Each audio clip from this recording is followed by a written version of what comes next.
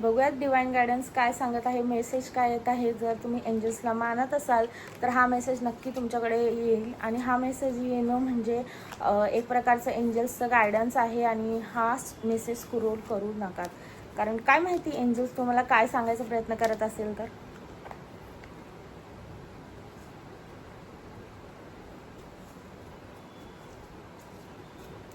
तुमच्याकडे खूप पॉवर आहे आणि तुम्हाला त्या पॉवरवर विश्वास ठेवायचा आहे, त्या पॉवरला ताकद द्यायची आहे असं सांगितलेले आहे. कोणाकडे म्हणजे आता हे बघा, काही जणांकडे कला असते, वेगवेगळ्या कला असतात.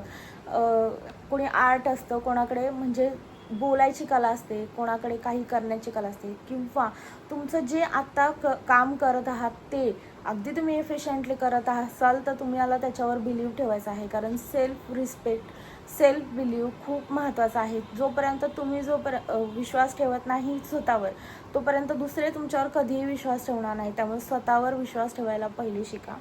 आणि त्याच्यानंतर तुमची स्वतःची स्ट्रेंथ ओळखायला शिका. स्वतः किती कॅपेबल आहात हे ओळखायला शिकू शकतात तुम्ही.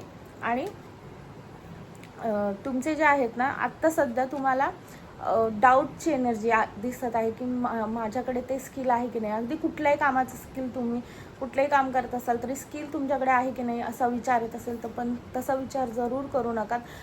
तुमचे जे हे आहेत ना, जे आत्ताचे थॉट्स आहेत त्याला तुम्ही पॉझिटिव्ह याने हे करू शकतात की मी कॅपेबल आहे हे सगळं करण्यासाठी.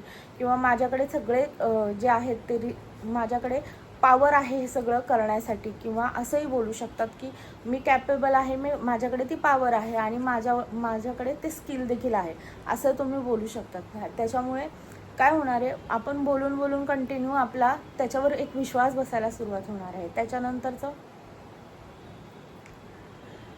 कसं जे कार्ड आलेलं आहे त्या कार्डामध्ये सांगितलेलं आहे की तुम्ही प्रेझेंट मुवमेंटमध्ये जगत नाही आहात. एक तर फ्युचरचा खूप जास्त विचार करत असतात किंवा बॅकमध्ये मागे काय होऊन गेलं त्याचा विचार करत आहात. पण तुम्ही हे विसरत आहात की आत्ता जी करंट सिच्युएशन आहे त्यात काय आनंद आहे हाच घेत नाही आहात.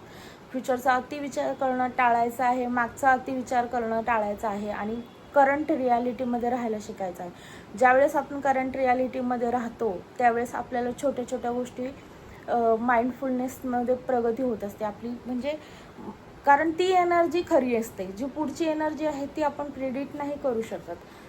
आपली जी आत्ताची एनर्जी आहे ना, म्हणजे जसं तुम्ही आत्ता फिलिंग ठेवाल तसेच तुमच्याकडे परत दिवस येणार आहेत.